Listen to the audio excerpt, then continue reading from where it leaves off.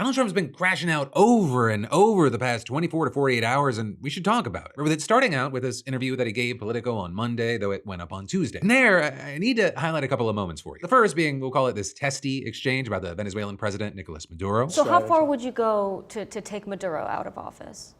I don't want to say that, But you want to see him out? his days are numbered.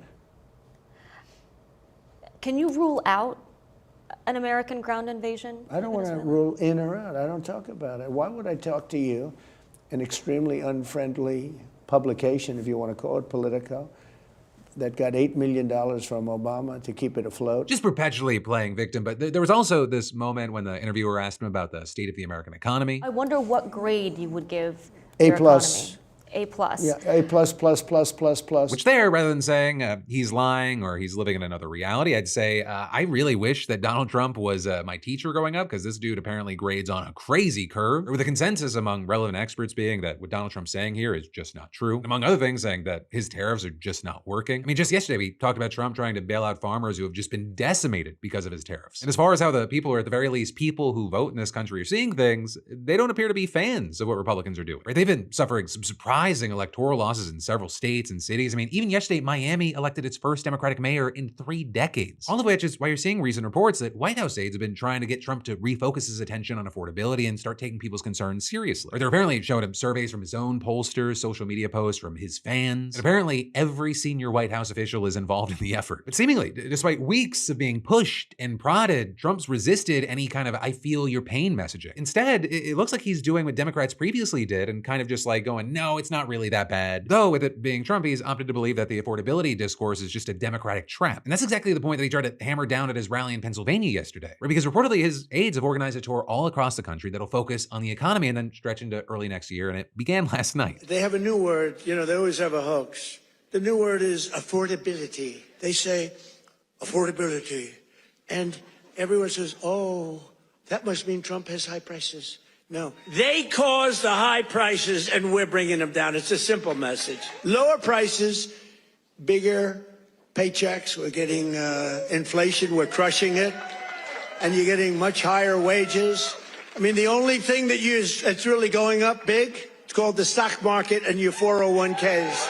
That's going up. It's really quick. If he is saying affordability is a hoax, him calling the Epstein files a hoax, I mean, it's gotta make you see it in a different light a little bit, right? And there, just to be clear, I'm not really asking you, I'm asking your conservative uncle you might have sent this to. But hey, I guess we'll have to see if him simply repeating that message over and over again for the next 10 months is gonna make a dent in public sentiment. Because it's very likely gonna be a huge part of the midterms. But also here, I'll say, Trump, he frequently veered off course. Right? Trump calls it the art of the weave, going in and out of topics. Others saying it seems more like sundowning. So, while the focus should have been on economic topics, affordability, prices, you had him, claiming the past 3 elections were rigged. He talked about how tariffs just his favorite word. He crusaded against windmills. Thank God. Someone protect us from those evil, evil windmills. And then also he did whatever this is. Transgender for every member in your family. If they're not feeling well that night, let's just change their sex. Which is better, Sleepy Joe or Crooked Joe? Typically, Crooked Joe wins.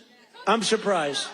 Because to me, he's a sleepy son of a bitch. I'm being judged by these bad people back there, the fake news.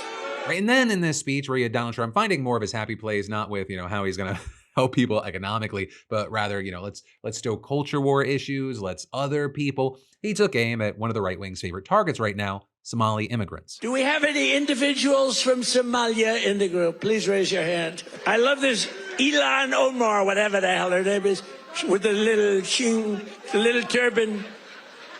I love her. She comes in, does nothing but bitch. She's always complaining. She comes from a country where, it's considered about the worst country in the world, right? They have no military, they have no nothing, they have no parliament. They don't know what the hell the word parliament means. They have nothing, they have no police. They police themselves, they kill each other all the time. I love it. She comes to our country, and she's always complaining about, the Constitution allows me to do this.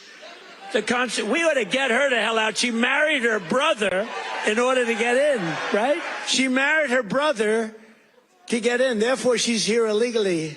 She should get the hell out, throw her the hell out. She does nothing but complain. The Trump then going on for another hour before then wrapping it up and going home. Meanwhile, Ilhan, not Elon, I think he had his jilted lover on his mind, but Ilhan Omar responded to this call out on Blue Sky, writing, Trump's obsession with me is beyond weird. He needs serious help. Since he has no economic policies to tout, he's resorting to regurgitating bigoted lies instead. He continues to be a national embarrassment. And then, instead of getting some rest after a long day, because, he's gonna nap in his meetings, Trump then continued his crash out on Truth Social. And there, he apparently got triggered by this New York Times op-ed that talks about his personal health, highlights the cabinet meeting where he apparently fell asleep, and writes, just how run down must a raging narcissist be to snooze through tributes to his own greatness? Are Trump's baffling non sequiturs, herky-jerky syntax, and fantastical misrepresentations of fact just a wholly unleashed, fully emboldened version of who he has always been, or is his focus blurring? What was up with his swollen ankles and the discoloration, partly concealed by makeup on the back of one of his hands? And how to solve the mystery of the MRI that he had at Walter Reed National Military Medical Center in October? So then in response to that, our president composed a nearly 500-word essay, which he posted to Truth Social, and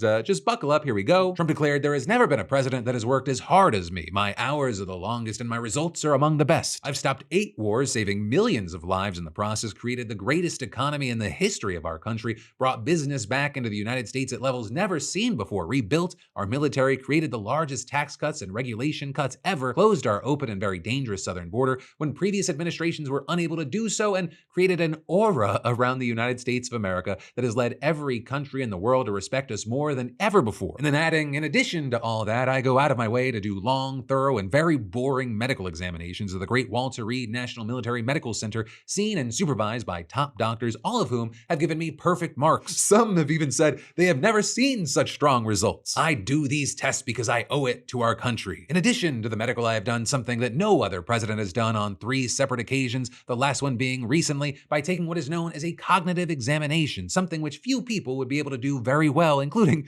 those working at the New York Times, and I aced all 3 of them in front of large numbers of doctors and experts, most of whom I do not know. I have been told that few people have been able to ace this examination, and in fact, most do very poorly, which is why many other presidents have decided not to take it at all. Despite all this, the time and work involved, the New York Times and some others like to pretend that I am slowing up, am maybe not as sharp as I once was, or am in poor physical health, knowing that it is not true, and knowing that I work very hard, probably harder than I have ever worked before. I will know when I am slowing up, but it's not now. After all of the work I have done with medical exams, cognitive exams, and everything else, I actually believe it's seditious, perhaps even treasonous, for the New York Times and others to consistently do fake reports in order to libel and demean the President of the United States. They are true enemies of the people, and we should do something about it. They've inaccurately reported on all of my election results, and in fact, were forced to apologize on much of what they wrote. The best thing that could happen to this country would be if the New York Times would cease publication because they are a horrible, biased, and untruthful source of information. And then after that, you had Trump posting several screenshots of people praising him, promoted Charlie Kirk's book, and then for good measure, retruthed his own truth about the treasonous New York Times before finally signing off. And all of that, it makes me 2 things. One,